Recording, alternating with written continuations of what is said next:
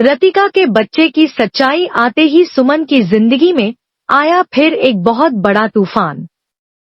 बुआ जी के मरने की मिल गई सुमन को खबर।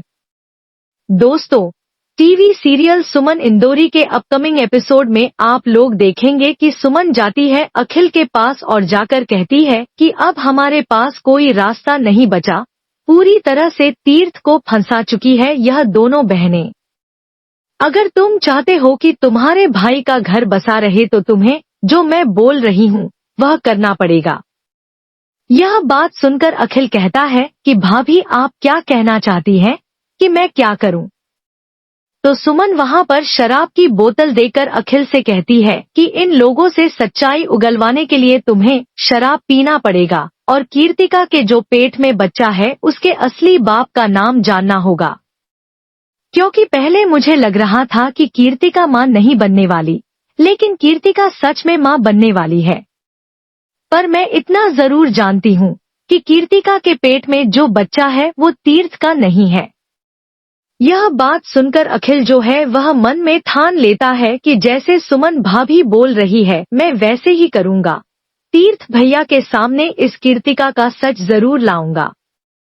दूसरी तरफ देविका जो है वह चंद्रकांत से कहती है कि तीर्थ कभी भी कट्टू से शादी नहीं करेगा, उसने इनकार कर दिया है और वह बिल्कुल नहीं चाहता कि सुमन का हाथ छोड़े।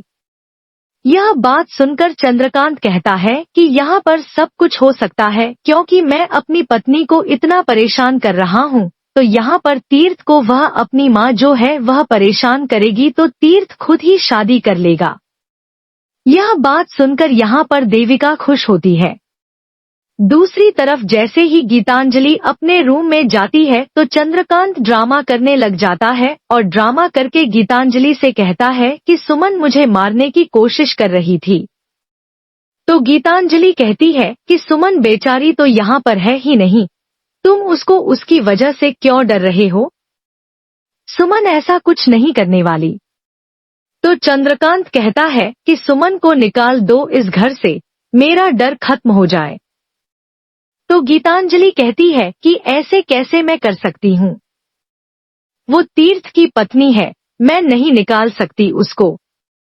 तो चंद्रकांत कहता है कि हमारे लिए तो बहाना भी आ चुका है, कृतिका के साथ तीर्थ की शादी करवा दो। तो गीतांजलि साफ इनकार कर देती है और कहती है कि नहीं, मैं तीर्थ की जिंदगी बर्बाद नहीं कर सकती क्योंकि उस लड़की के पेट में जो बच्चा है वो तीर्थ का नहीं है। यह लड़की हमारे बेटे के लिए बिल्कुल भी सही नहीं है।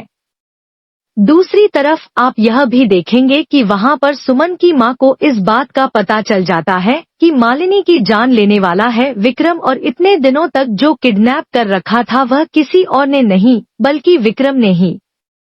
मालिनी को अब तो सुमन की मां मज़द परेशान हो जाती है कि मैं सुमन को इस वक्त यह खबर कैसे दूं कि विक्रम ही उसका बहुत बड़ा दुश्मन है। दूसरी तरफ वहां पर अखिल